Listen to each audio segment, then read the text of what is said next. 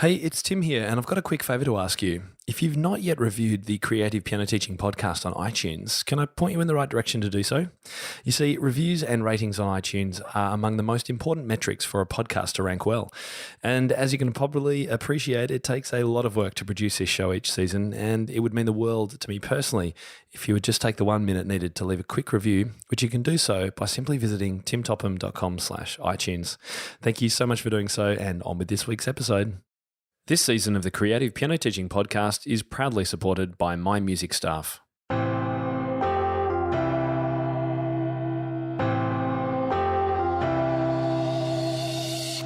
Welcome to the Creative Piano Teaching Podcast, the place where teachers from around the world meet to share innovative ideas about music education. Listen and learn as we help you motivate your students, grow your income, expand your studio, and become a more creative piano teacher. Hi everyone, and welcome back to another season of the Creative Piano Teaching Podcast, your home for inspiration, ideas, business and teaching strategies from some of the world's best teachers to help support your teaching and grow your studio. My name is Tim Topham, your host for the show, and whether this is your first or 151st time here, thank you so much for tuning in. It does mean a lot to me that you have decided to spend your time with me today. And how exciting is this? Back for another season, 2019. I'm very excited. We hit 150 episodes at the end of last year and had a bit of a celebration with a very special podcast bundle. Hopefully some of you have picked that up and have been enjoying going through the amazing resources we gave away with that. And I'm really looking forward to our next 150 episodes, starting with my very special guest today. This is episode number 151, and a very special welcome as well to my Inner Circle Piano Teaching community members. So today we're kicking off a new season with a discussion about music theory. But hang on, don't turn off just yet. I know music theory might not seem the most exciting thing that we all have to do with our students, but I guarantee you today's guest will get you fired up. She's an amazing woman with some fantastic ideas about both the connection between theory and practice and how to bridge that with students, and also just generally about how to inspire students when it comes to helping them with their theory, and indeed why we should be bothering about this at all. Today's show notes and full transcript are now available at timtopham.com/episode number 151. Now, you know how I love giving away freebies on podcasts, and today is no exception. We have a fantastic ebook that's been created by today's guest just for podcast listeners today. We've got links to one of her online courses, but also her ebook about 3 effective ways to teach students in their own learning style. And my guest today, as you'll find out, has done a lot of research into learning styles, and we talk about that a little bit in the show. So this goes into much more depth about some of those learning styles, and you might have heard about them: auditory learners, visual learners, kinesthetic, etc. So if you've kind of wondered how that might be useful to you and how that actually works in a music education setting, then this is the download to get. So you can grab that from the show notes page at timtopham.com/episode 151. My guest today is the founder, CEO, and author of the Ultimate Music Theory series. She brings over 35 years of remarkably successful teaching experience to the development of the UMT series and courses. She is a registered music teacher, sought-after clinician, and a neuro-linguistic practitioner. And if you're not sure what that is, we'll talk about that too. She has served as president of the Manitoba Registered Music Teachers Association, Canadian coordinator for the MusicLink Foundation, and Manitoba coordinator for Music for Young Children. Welcome to the show today, Glory St. Germain. Great. Thank you, Tim. It's an honor to be here. I'm super excited. I'm a big fan of your podcast, so thanks for having me on. An absolute pleasure. I'm a big fan of what you do for music theory people out there, trying to make it, definitely making it more fun, because that's one thing we're going to be talking about shortly. But tell me about your name. It is a little bit unusual with the saint in the middle of it, well, at least for Australians. Well, I was born on Christmas Day, and so my mother thought, well, it's got to be a Christmas name. So she named me Glory, as in, glory to God, whatever. Yeah. And I am a saint, but married my wonderful husband, Ray, who's a professional entertainer, and so hence Glory St. Germain. So, and your husband's name is St. Germain. That's the surname? Yeah. That's really, it's quite unusual for us. Do you know where it comes from? Actually from France, yes. And when Right. Ray and I traveled to France, and we actually found the big clock, and there it was, Saint Germain. And of course, I was in heaven shopping, because all of the shops would have scarves and dresses and purses, and they all said Saint Germain, Saint Germain, and I was Wow. like, I need one of those and one of those and one of those. Now, for those of you who are about to switch off because we're talking about scarves and shopping, don't worry. We are going to be talking about music today. And look, I thought, given our topic is music theory, it might just be best to start with a bit of a definition. So can you just define music theory in your words, Glory? Yeah, absolutely. Music theory, to me personally, is really the universal language of music. And I really feel that all musicians and vocalists, they have to understand music theory in order to sing and play and perform. And I think sometimes people say, well, I play by ear. Or, even if you read music traditionally, and you say, oh, no, I don't study music theory. And I'm like, that's impossible. The fact is that all musicians have to have a basic knowledge of theory, or you couldn't play anything. So whether you play by ear or you read a book, you got to have music theory. It is the universal language. Right. It's all of us. And, music theory, when people say music theory, often there's a bit of dread in the air. Kids will roll their eyes. I can Yes. remember some of my own music theory. So what actually got you into focusing on this? Because it's not like, you've started rock bands or something like that. This is music theory we're talking about here. Can you take us back to what got you into this as a focus for your career? Yeah, absolutely. Well, first of all, whoever thought music theory was fun, definitely not me. I just have to admit that. I didn't like doing music theory as a child.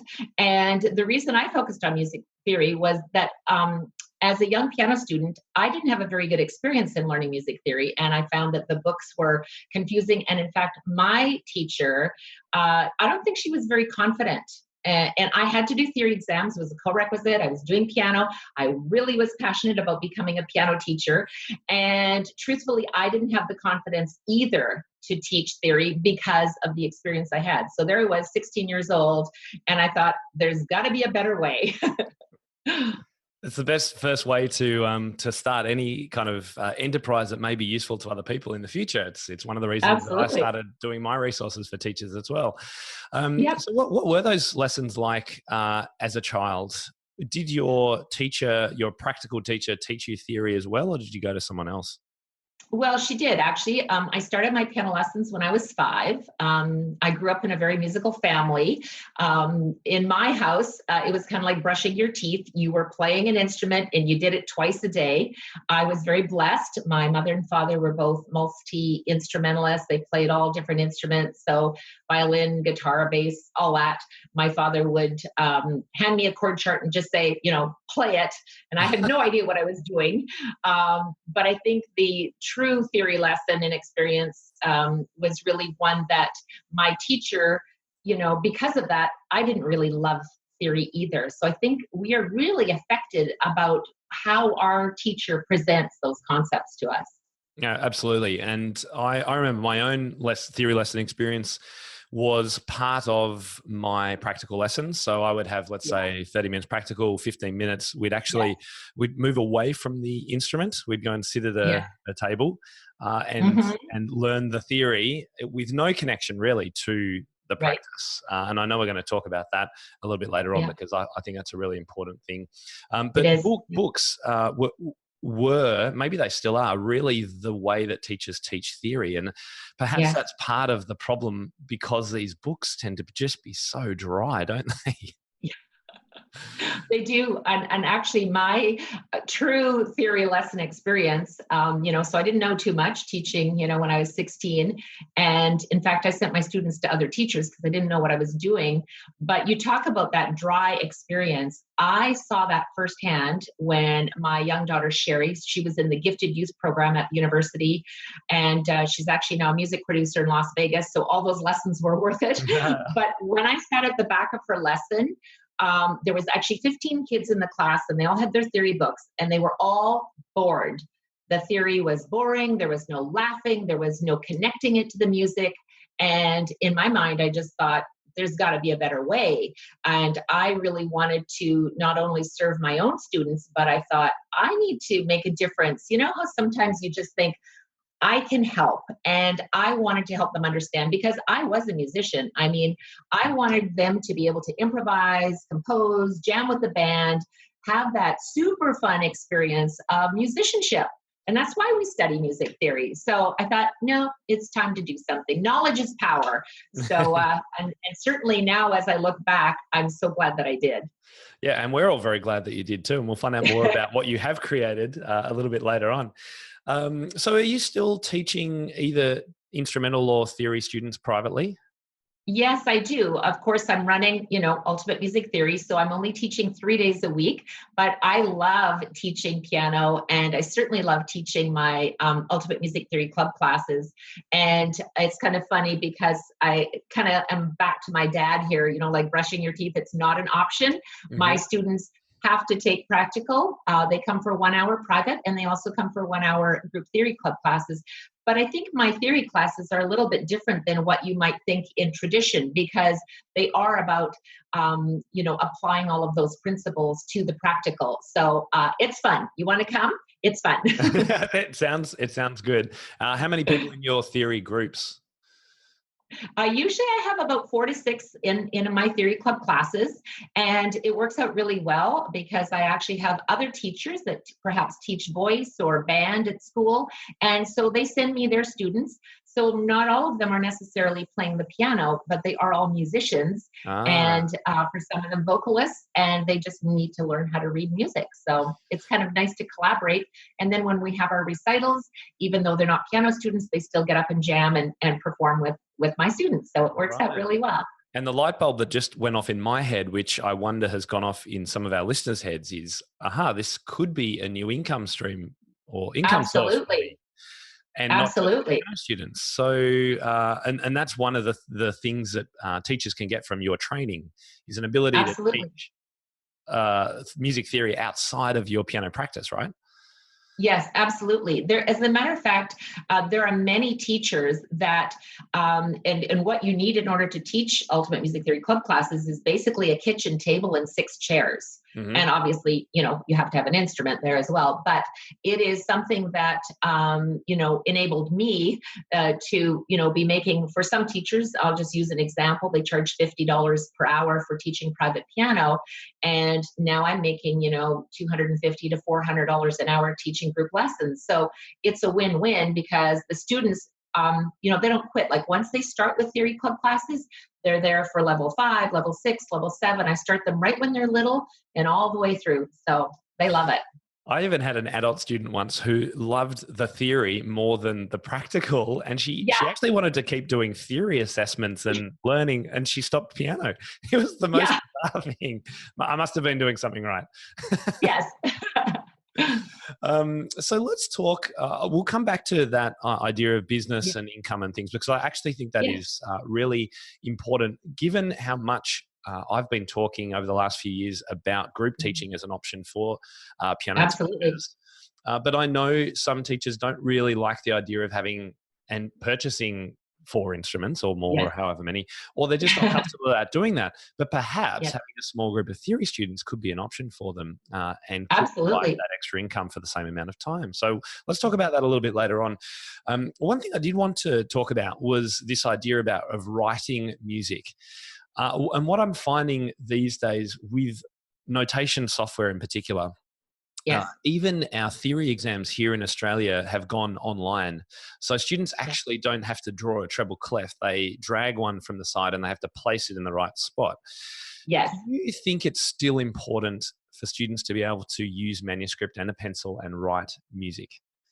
Absolutely. As a matter of fact, you actually retain 30 to 40% more when you write things down and engaged in the act of writing, as opposed to just listening or watching something. And music theory is a big aspect of being able to write music. So first of all, you need to understand the music and interpreting all of the markings. And you also, think about it. I mean, if you and I were going to jam and write a song right now, and you would grab a piece of staff paper and notate a quick chord chart and hand it to me, or you might just write out a melody and say, here, do this. So I have to be able to know the language. But And I certainly have made a big discovery when I was writing my theory books, is that I had to learn finale, which is like a whole nother conversation. But if you don't know music theory, you can't use finale, because how are you going to put in your time signatures or your rest values or anything else? So I think that there's really a balance. But I have 5 children. All of them are professional musicians, including my husband and obviously myself. And when they're sitting down to jam, it's chord charts. Here you go, here you go. And so they all need to know that language. And so, yeah, it doesn't matter if you're using, GarageBand, you still have to comprehend that. Absolutely. And write it down. Right. And for those listening who don't know what finale is. Oh, Finale. Okay, so Finale is just a software program that enables you to create, I guess, a professional written score that you would then print off and either use, for your students, or basically any music book that you purchase. That music has been written into Finale. So Right. it's something. I'm sure there's other programs out there as well. It's just the one that I happen to use. Right. Yeah. And I think Sibelius is probably the most other common used one. Yeah. Yeah. And I've used that one as well. Yeah. Yeah. Very good. Yeah. I have to say I enjoy the art of students being able to draw notes and understand which side of the stem the note, all that kind of stuff. I do personally think it's important, and I hope it's not something that we lose when it comes to technology. Absolutely. But I did want to ask you. Sorry, go on. I just wanted to add one thing. I mentioned my family and my children and their role in composition and writing. And to this day, my husband, who plays guitar, professional entertainer, Canadian Country Music Hall of Fame, and all of that, when he's writing a song, he goes to the piano with a manuscript and chord charts and writes it all out. And same with my daughter. So there is still the art of doing that. And of course, if you can't transcribe that, then what are you going to do? So you got to still know how to write music. Yeah, anytime I've seen images of Hans Zimmer or John Williams or whatever at the piano doing their actual composing, they've always got a massive board, haven't they? A3 kind of manuscripts. Yes. And they're writing and scribbling. And I don't think that's changed since manuscript started. So I think it's important. But I guess, and it's going to come back to how to make that enjoyable and fun and help students get the point of it. But of course, I also believe, and tell me what you think, that if a student can write music, they're going to be able to read it better. Yeah. Oh, for sure they will. Absolutely. I agree. I mean, when my students are engaged, and I do composing with them too, and they take great pride in doing that, and the biggest thing, of course, is if they're in band and the band teacher, makes a mistake, they proudly say, that's not the right way to write that. So yeah. Very nice. Little bonus points. I was going to ask before whether technology has had any other impacts and maybe positive impacts on learning music theory. Absolutely. Sometimes, and so I have 2 thoughts on that. One is that if you only think that you can, push a button and learn music theory, then I kind of disagree with that. But I know that it has its place. And as I mentioned, when you engage in all 3 modalities, you're going to learn faster. So we actually have developed the Ultimate Music Theory Flashcards app that correlates to the Ultimate Music Theory workbook. So there's over 7,000 flashcards, and they also have audio. So they correlate to every single lesson in the prep, basic, intermediate, and advanced rudiments workbooks. And this reinforces brain science, which is seeing, learning, listening, writing, and remembering. So I think it's important. And also the kids can do it on their phone. So on their way to their, piano lesson, they just put their buds in, do their ear training, and then, we'll do a little test. I also have a lab. So I say, well, you're 20 minutes early rather than just sitting there, you may as well do your lesson. And I also use it as a 1-minute wrap up at the end of my lesson. Sometimes just say, hey, let's do, a 1-minute madness, see how many flashcards you know. So I think there's a benefit to both, but certainly not just, let's not put blinders on and just go all technology, because I think we're missing, really giving students an opportunity to become a well-rounded musician. I agree. The technology is an asset, and it's Yep. a support to other things. It's Yes. part of a package that contributes Yes. to effective learning. And we should say too that Glory has, you've done some amazingly in-depth research about learning itself. And Yes. so, yeah, Glory isn't just someone who's just jumped onto the scene. She's been working on this for years and years and years. Tell us just very quickly, just a couple of the main courses or research you've undertaken in learning theory. Absolutely. Well, first of all, I'm an NLP practitioner. So many years ago, I was so interested in neuro-linguistic programming. Neuro is how we think, linguistic is how we communicate, and programming is how you get the results that you get. And I wanted to make sure that I could implement that. And it was a massive course in order to become an NLP practitioner. I used all the techniques on my students and my husband to make sure that they were working.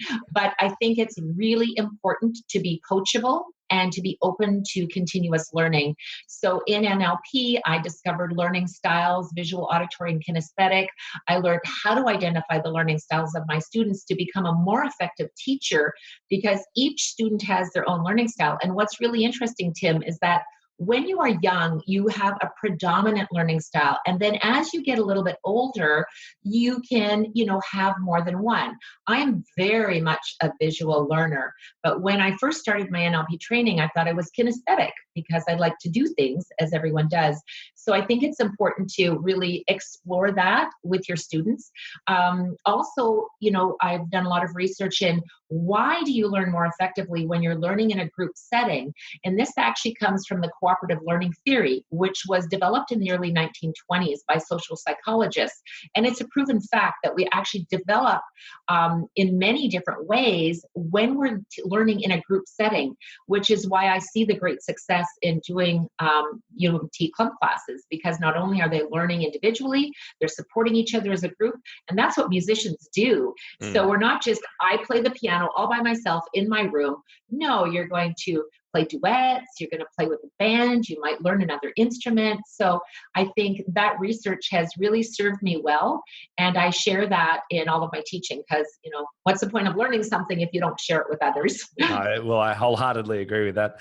I think it's fascinating. I love reading about learning, and the more we learn about the brain and how it works, Yes. the better we can serve our students. So thank you for sharing that. And it's great to see those threads of your own education coming through in the way that you present material too. Yeah. One of the things I did want to go back to is this idea of learning through practice. I know you feel similarly about this, but one of the big focuses for me in the courses that I create for teachers is that by playing, let's say, chord progressions and learning about movement between harmony, students can learn a lot about the theory without really knowing that they're learning it. And one of the best examples I give is, I don't know about over in America and Canada, have you got theory exam systems? Yes, we do. And we can talk more about that in a minute, but we've got exam systems here. And one of the things that they have to recognize and be able to write is 4-part harmony cadences. Yes. And for when I learned how to do a cadence in 4-part harmony, I was told the rules about this note rises to the tonic and that goes to there. And you learn it like a maths equation. You never do it at a piano. You just kind of write it out and you learn how to do it. But I love, for example, when I teach my 4-chord composing, students can actually hear what it sounds like to go from 4 to 1 chord or the 5 to 1 chord or not. And actually experience that in practice. And then we can talk about, well, actually that's called a cadence, and you hear that at the end of music, and on we can go more deeper. So what's your approach with the training that you produce and the resources for your ultimate music theory teachers? Does it kind of say, okay, well, let's go to the piano and actually let's listen to how this works? Or how does the practical come into it? Well, I'm glad that you asked that question because, I remember I shared with you my father who would throw a chord chart at me and then just say, play. And so initially I played the bass note, and I think I just played like everything in root position when I started, because I didn't really know anything. And then I started to understand harmony and the inversions and so on. And one of the things that I am really adamant about is that we have to learn how to see what we hear and hear what we see.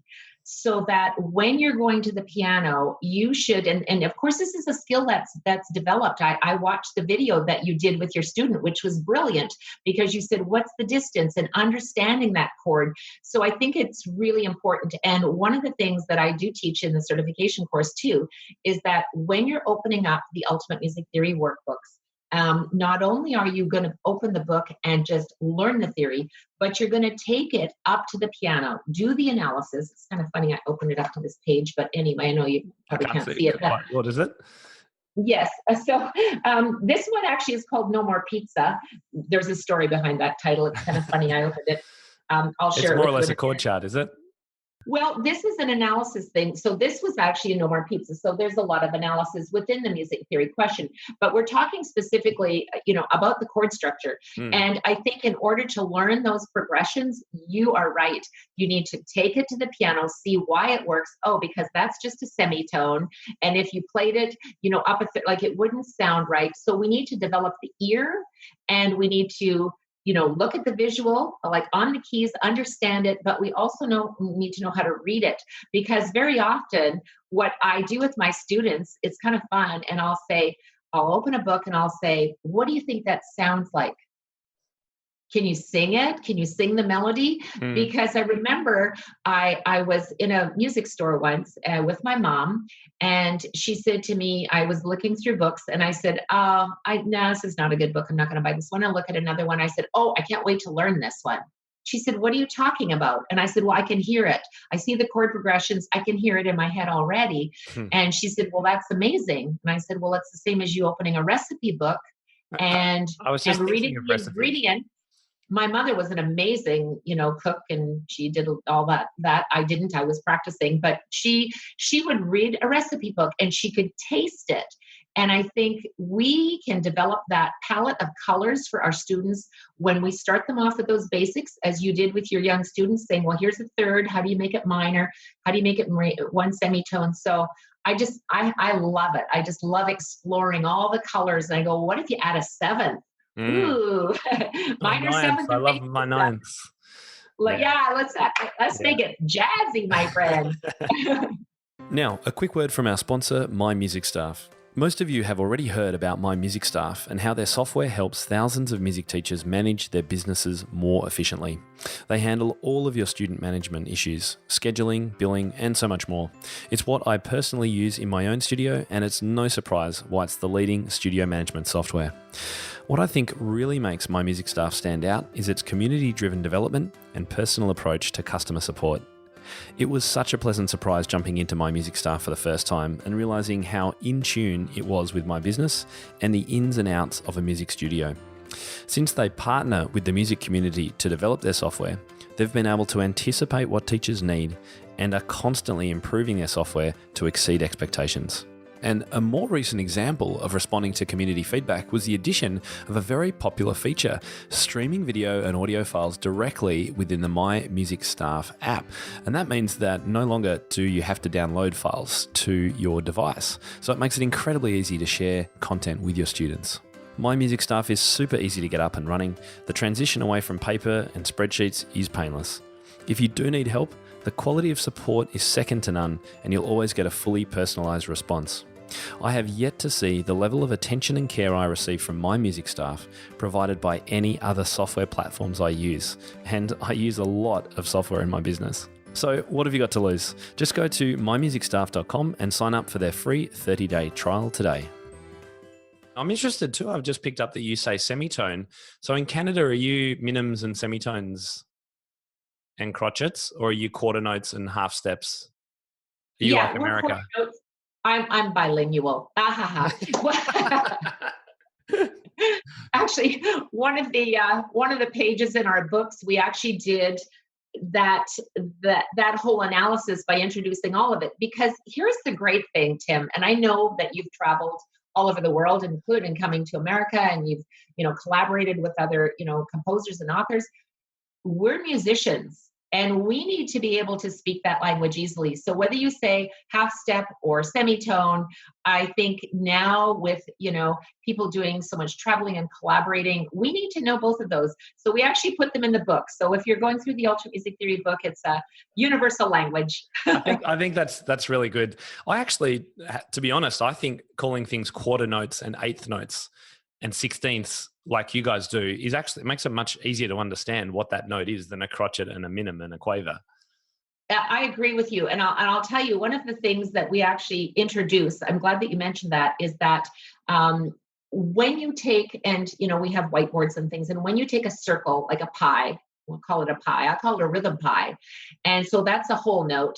And if you divide that rhythm pie of a whole note, and we'll say it's 4/4 time, because there's a whole note, you divide it in half, and now you see 2 half notes. And then you divide it in 4, now you see 4 quarter notes. Or you can put 2 eighth notes and then 1 quarter rest. So visually, when you're teaching, and in particular beginners or young students, then I have beginner adults, you're right. They can see it easily and understand and comprehend. There's, 4 beats in the bar. And, I call a quarter note a ta, just because it's 1 syllable, one beat. So, yeah.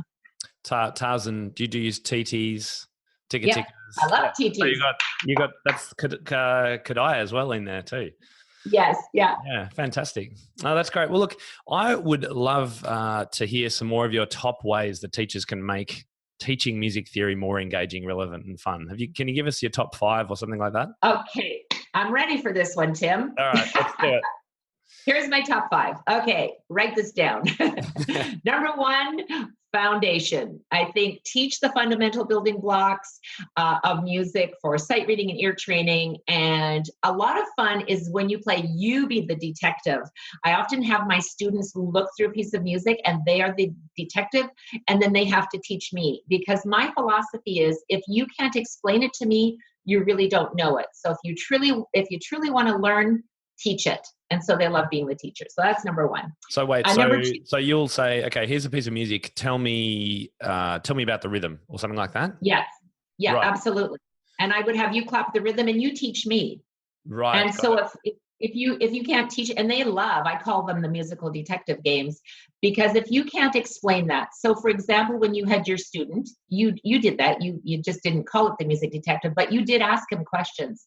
And I find as a teacher, when we ask questions, our students learn much more than if we just talk the whole time and tell them things. So absolutely. Yeah. But you're taking that a step further, in fact, and this is something we can use in all of our lessons, regardless of our instrument, which is, rather than just have you tell me back the answer to my question, teach me back.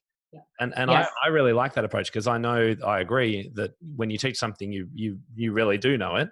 I think that's a great step. So rather than tell me about the rhythm in this piece and can you see any patterns and things, let's go through, teach me what those patterns are, or teach me how to understand this rhythm. Yes. And it's interesting, because when I was doing the Ultimate Music Theory certification course live, I was in Washington State, and there was a group of 30 teachers. It was a 3-day live event. It's an online course now, but I have on many occasions all over North America taught it as a live event. So I taught the concept of rhythm and rest, and we have a unique way of doing that in the UMT program. And after I taught it, I said, now, who would like to volunteer to come up to the front and teach it? And of course, the teachers were kind of sitting on their hands. And these are closer teachers. And closer to the floor and hiding behind desks. Yes, it was. But what was interesting is they said, they were grateful for that, because to learn something and to teach it are 2 different things. Very different things. Very much. And I think you are doing such a service to your students when first of all, they love to be the teacher because it's fun, but because then you really know, what do they really understand it? If you're asking them, how do you, finish a cadence, and what's the cadence called? Like, just teach me. And I just say nothing. And then they're like, well, so anyway, I have a lot of fun with that. So. Yeah, it's great. And a simple thing that I do in very beginner lessons is, once they know how to sit, or they should know how to sit properly, I go, teach me how to sit properly, and I'll slouch and lounge around and do everything wrong, and they've got to fix me up. Very simple idea, but they love it. That's hilarious. But I do that too. I just lay on the piano bench and I'm really bad. So they're going, sit up straight, Miss Glory. And I go, well, okay. So I try not to be too bad, but I just let them experience that, teaching is not as easy as it looks. So I agree. So number 2 is collaboration, which is, that's a big believer in. We want to speak, we want to write, we want to read the essential universal language of music theory, of course, and have students write out a chord progression and then play it, so tactile. Students need to hear it, so auditory, and then, of course, they need to see it and make it relevant. So music theory is the whole picture of, reading, writing, learning, doing it all, and have fun with it. So I think that's how we can really make it relevant. Right. And I know you do. Yeah. Program. Yeah. Making connections is just so important, isn't it? And making things as relevant as possible. But, taking students' knowledge is 100% strengthened when they can go, oh, that's because this happened, or, oh, that makes sense now because I was doing this chord or whatever it was. So, yeah. No, that's great. I actually thought collaboration was going to be about working in groups because I know you're passionate about that too. Yes. Well, and I think collaboration is, once you can experience that, I think it's important not just to have a theory lesson as just theory. You need to collaborate. And I guess even in collaboration, well, I'm kind of getting into number 3 because I kind of listed that one as improvisation, because to me, knowledge, which is big, is innovation and communication. So using theory concepts from, for example, a basic melody to improvise. And I think students love to improvise. Like, please let me just make something up. One of the things too that I think is really important is that when they get into just starting that improvisation, everyone hates a metronome, including me. So if you even have a track that you can play with. What's interesting, as soon as you have a band that you're playing with, they don't stop, because then you're behind. So, yes, I have a metronome, but I've been preaching that to teachers for a long time. If they can't feel a beat with a metronome, then stop using a metronome and put a beat on, because kids feel rhythm. Because it's way, way, way more fun. Yeah. And what was interesting, I'm segueing a little bit here, but I remember listening to a couple of, great jazz musicians talk, and they said, why would you ever play with a metronome? Because jazz is a feel, it's a groove, it's being in the pulse. It's, my daughter Sherry says, you've got to be in the pocket, so yes, a metronome has a purpose, and just, okay, you're really out of time here. But I think it's not, my favorite cup of tea as far as necessity. For advanced students, it's got its place. And I will still use it if I've got something complex that I need to work out. But no, I'm with you on that one. All right. So that was number 3, improvisation.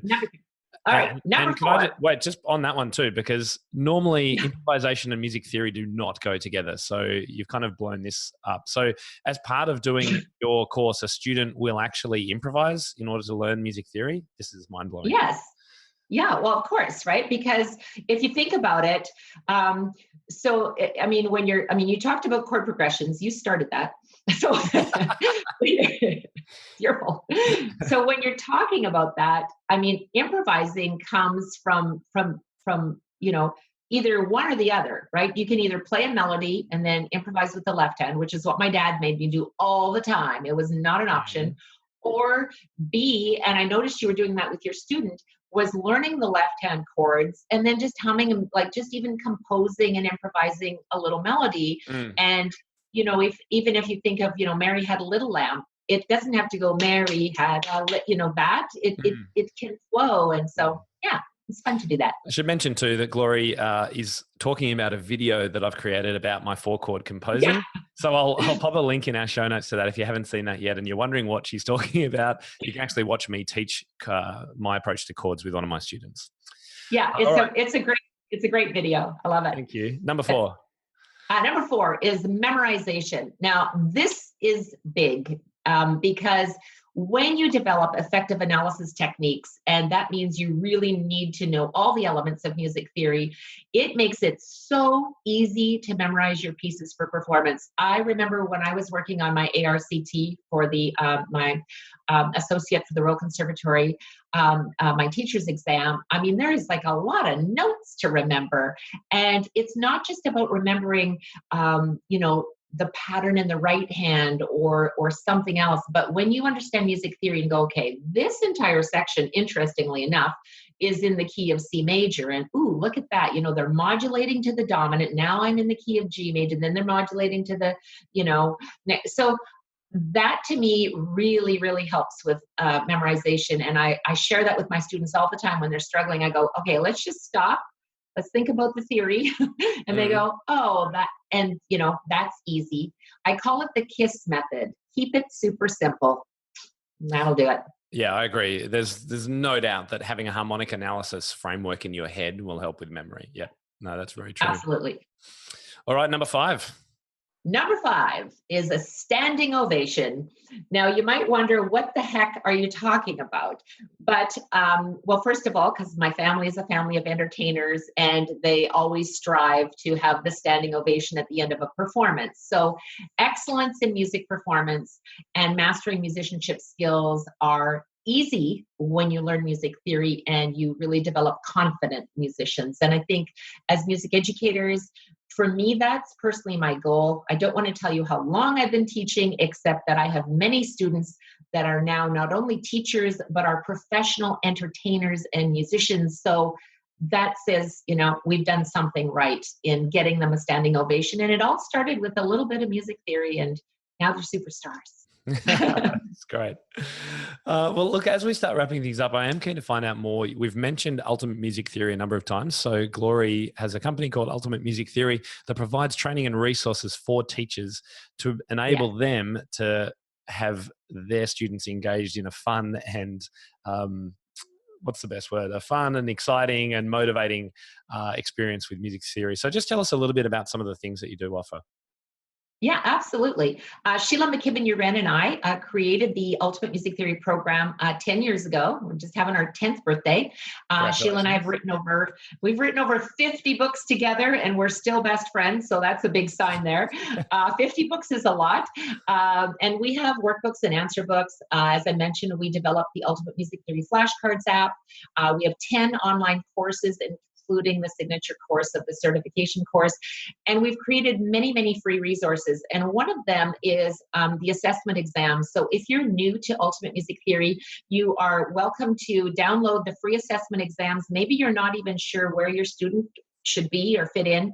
One of the things I'm big on is providing answer pages for everything. So every workbook, every exam book that we have written, we always do answer pages. And it's not because you don't know the answers, but it's because it's time consuming. If you looked at all the hundreds and hundreds of pages that Sheila and I had written and just handed them to you and said, go ahead, do all the answer pages, it would take you years. Like, it's just a lot of work. And I just want to be there to support the teachers. So So we have a lot of fun doing that. And we've also created all the resources for music history. So if you are using the supplemental workbooks, some of you might be doing RCM, some of you might be doing ABRSM. There's a lot of state exams. So we kind of cover everything. We're just the little world of Ultimate Music Theory. I was going to ask you about that because I'm based in Australia. So we have the AMEB here. People also use Trinity, ABRSM, there's ANSCA, there's lots of different exam boards all around the world, of course. So if a teacher uses your resources, first quick question, can a teacher use your workbooks and resources without having the training? Yes, absolutely. Absolutely. Okay. So that's an added benefit. If you really want more in depth, how does Gloria, how did she put this together and how does she teach it through the course? Okay. Will it help teachers, let's say in Australia here, train students for, let's say, a grade 3 AMEB theory exam? Yeah, absolutely. I mean, music theory is music theory. I think one of the things that was interesting for me and why I created the program in the first place was that I was frustrated as a teacher with the resources that were available to me, and I didn't really feel confident. And so when you use the Ultimate Music Theory workbooks, and when I wrote them in the very beginning, I basically did this. I would have you as my student, Tim, and I would just ask you to read that out loud, and I'd say, do you know what to do? And if you said, I have no clue, I would take it back and write it again. So honestly, students can practically self-learn. I mean, of course you need a teacher, but they are written on every page. We have a write on every page technique. So there is always information, examples, and exercises. Information, examples, and exercises, so that it's easy to consume. There's a title at the top of every page that says, this is the concept that you're learning. And so, yeah, it just kind of flows, and students don't even realize how smart they're getting. That's good. And I just want to also link back to something we said right at the start, which was this is potentially, if you would like to earn some more money from the same number of hours that you're teaching, maybe offering small theory group classes could be the way to go. So I'm interested to know, do you have any teachers in your program that you know of who just do theory teaching, for example, and maybe they don't even teach anymore? Practical. Yes, absolutely. And as a matter of fact, it's funny that you asked that, because I had, we've had obviously hundreds of teachers going through the Ultimate Music Theory certification program. And one of the teachers said, I'm making so much money teaching theory club classes that I'm actually going to, and I'm loaded. So I'm actually going to just, as my students graduate from piano in the highest level that she taught, which I think was level 8, she actually just didn't continue taking any more students, because she went to the local school and there was a band program there and they didn't teach theory in band. So here's all these musicians scrambling. And so she got band students. So, I mean, the opportunities, and again, in the certification course, we provide you with the marketing materials, and the knowledge and how to set up a class, what fees to charge, the policy letters, the lesson plans. I mean, we have done all the work for you. And for me, obviously, it was years of development. And if I would have had that, oh my gosh, I would have been there like in a heartbeat, because it's a lot of work. But it is a big opportunity. And I know I've gone through your resources, Tim. It's wonderful to see that we're open to learning new ways of communicating, teach differently and do things in a different way. And that really is what is now, I think the days of just going to your piano lesson and your teacher tapping on the side and, things have changed. And you have to be engaged. What are you listening to on your iPod? Like, let's make sure that we're giving them variety, from classical music, which I insist on in order to develop independence of hands and fingers, to, using an app and just, I want well-rounded musicians. And I know that you do as well. So in the certification course, that's really what I'm trying to help teachers do, is to grow. And if they're open to being coachable, I'm there to support your learning for sure. That's great. Now, I mentioned in the introduction that you've created a free little mini ebook for our listeners today. So can you just tell us quickly, what will people get if they download this little ebook you've created? Yeah, absolutely. So I wanted to create something special for Tim. Thank you. I'm like, okay, what can I do? So I actually decided that I would do an ebook. I've been talking a lot about learning styles. So, and I know that you're going to provide that for them. So this is a free ebook. It is the 3 effective ways to teach students in their own learning style.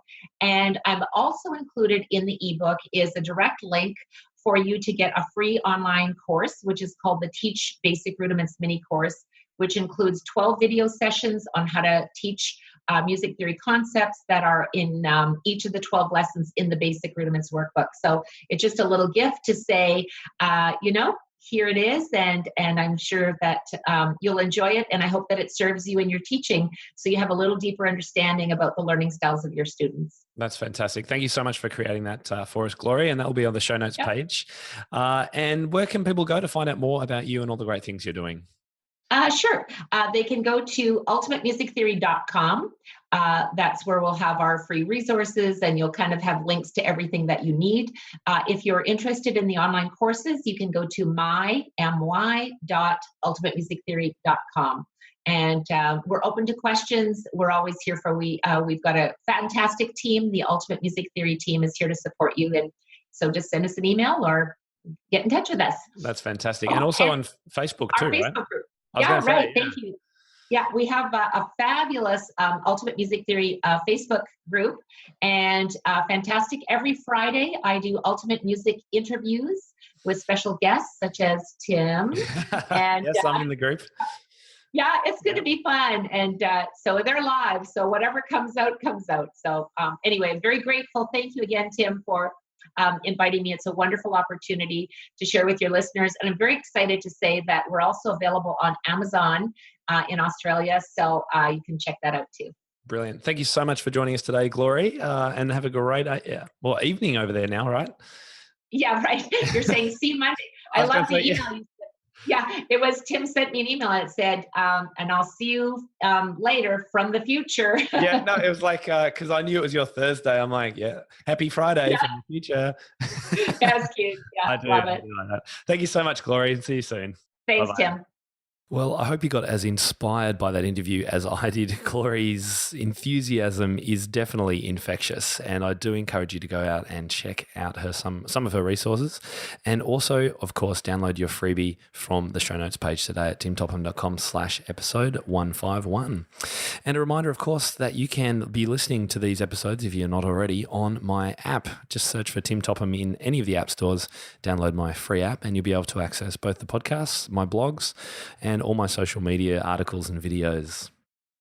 Next week on the podcast, I'm interviewing Andrew Ingovit, who has created a method called the Musicolor method. Now, Andrew's a very interesting guy. He's had quite a bit of life experience in a lot of different industries and areas, and it was fascinating unpacking some of that with him, and also talking about how his method could potentially inspire and help some of your students, particularly some of your younger students. So we talk through exactly how he came to create his own method and where he's at with it all now, and also gives us a very, very special offer. So don't miss out on that. That's coming up next week with Andrew. And thank you again very much for tuning in today and for being with me this week. You could be listening to any number of music teaching podcasts now. There's probably about 8 of them, I think, by my account. So I really do appreciate that you are tuning in to me, and it really means a lot. So I look forward to seeing you again next week. I'm Tim Topham, and this is the Creative Piano Teaching Podcast. Thank you so much for listening. Just before you go, if you've enjoyed today's show, I'd love for you to check out my Inner Circle piano teaching community. It's the go-to resource for piano teachers looking to continue their professional development, connect with other teachers and experts around the world, and to access hundreds of world-class training resources, including our academy courses, lesson plans, teaching videos, technology help, and much more. Whether you're just starting out or have been working hard to build your studio for a while, the Inner Circle community will give you the skills, support, and confidence you need to grow the studio of your dreams. Whether that's just about teaching a small number of students one-on-one in your home, or about hiring a commercial space, employing other teachers, and building an entire music teaching empire. With courses on both the teaching and business side of running your studio, live coaching, and our thriving community forums, you can get quick answers to questions, set yourself challenges, get feedback on your ideas, and feel confident teaching in new and exciting ways. For more info and how to join us inside the circle, head over to timtopham.com/community today. I'll see you on the inside. That will conclude this evening's entertainment. Oh, thank you. Thanks for listening to the Creative Piano Teaching Podcast. We'd love to help take your teaching to the next level as a member of our supportive community. Use the coupon Piano Podcast for $100 off an annual membership of Tim's Inner Circle today. To find out more, head to timtopham.com/community.